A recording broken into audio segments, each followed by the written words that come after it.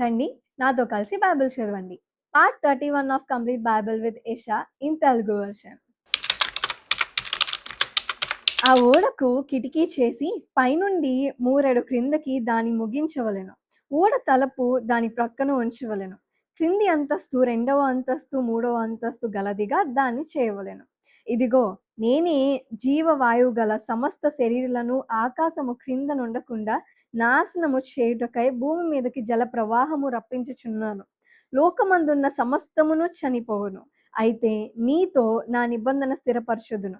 నీవును నీతో కూడా నీ కుమారులను నీ భార్యయు నీ కోడండ్రును ఆ ఓడలో ప్రవేశింపవలెను.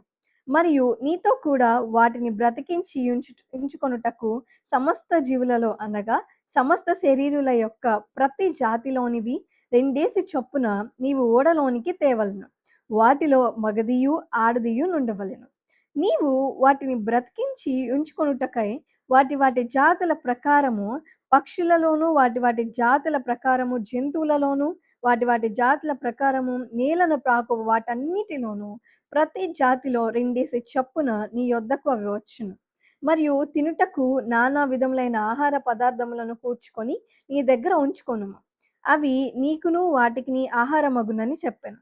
నోవాహు అట్లు చేసెను. దేవుడు అతనికి ఆజ్ఞాపించిన ప్రకారము యావత్తూ చేసెను.